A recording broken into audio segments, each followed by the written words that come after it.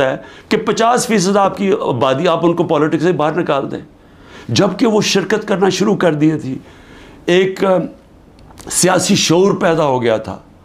جس میں عورتیں کیا، بچے، نوجوان، بوڑھے. لیکن جو عورتوں کی شرکت تھی، مجھے ایسے لگتا ہے کہ یہ پلان کے تحت، یہ پلان کر کے عورتوں کو سیاست سے باہر کیا جا رہا ہے. جس طرح انہوں نے اوورسیز پاکستانیز کی ووٹنگ کینسل کروائی، ہم نے جو ان کو ووٹنگ رائٹس دلوائے تھے،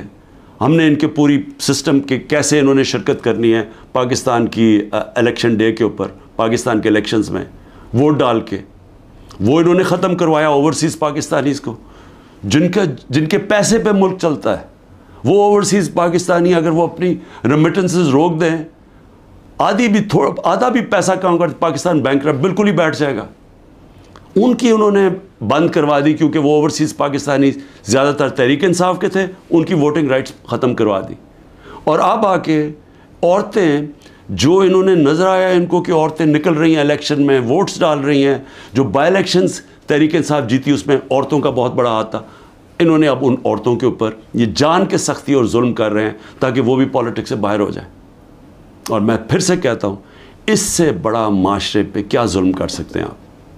کہ صرف اور صرف یہ چوروں کا ٹولہ اوپر ملوث کرنے کے لیے یہ سارے حربے استعمال کیے جا رہے ہیں، یہ ظلم کیا جا رہا ہے اس ملک کے ساتھ. اور میں، کیونکہ عاشورہ بھی ختم ہوا ہے، میں صرف اپنی قوم سے ایک بات کہنا چاہتا ہوں. دیکھیں، ہم نے حضرت امام حسین کی شہادت سے کیا سیکھا ہے؟ ہم نے سب سے پہلے یہ چیز سیکھی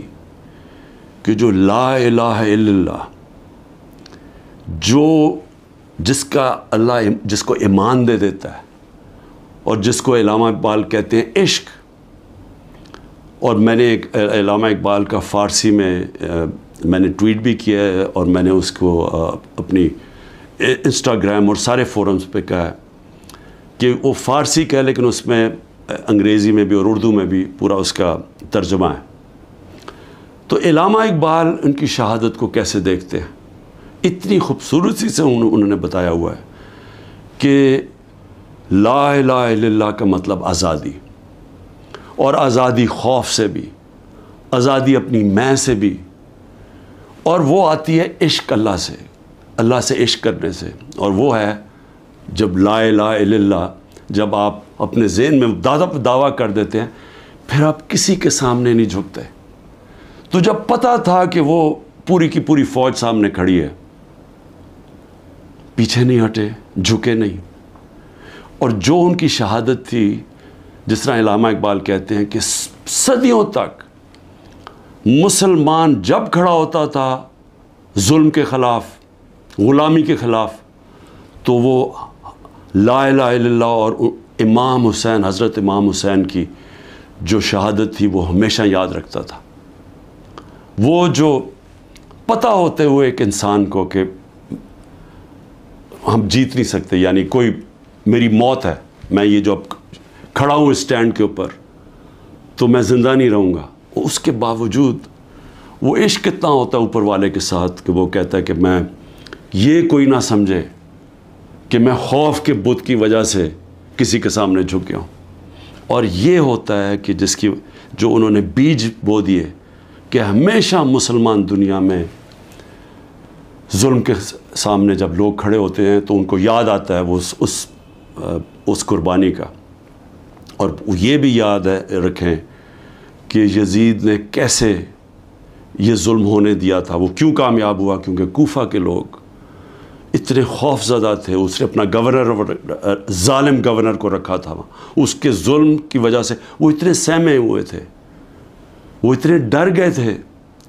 یزید کے ظلم سے کہ وہ نکلے نہیں. انہوں نے اتنا بڑا ثانیہ اسلام کی تاریخ میں ہونے دیا اور وہ ساری زندگی پچھتاتے رہے. تو آج میرے پاکستانیوں یہ یاد رکھیں، یہ جو ظلم کیا جا رہا ہے، آپ کے اوپر خوف ڈالا جا رہا ہے کہ یہ جی وہ جیل میں پکڑ لیں گے، وہ گھر توڑ دیں گے، وہ یہ کر دیں گے، وہ مار دیں گے، وہ ویگو ڈالا آ جائے گا. آپ اس سے اپنے آپ کو آزاد کریں. یہ جس وقت آپ نے یہ فیصلہ کیا کہ ہم رائے حق کے اوپر کھڑے ہیں، ہم ظلم کے سامنے نہیں جھکتے، ہم اپنی آزادی لے لیں گے. ہم یہ چھوٹا سا طبقہ جو ٹولہ اوپر بیٹھ کے سارے ملک کے وسائل کے اوپر بھی قابو کر کے بیٹھا ہے، چوری یہ کرتا ہے، ملک پیسہ باہر بھیج دیتا ہے، احتساب جو عام لوگوں کے لیے چھوٹی چھوٹی چوریوں میں لوگوں کو جیلوں میں بھرا ہوا ہے، اور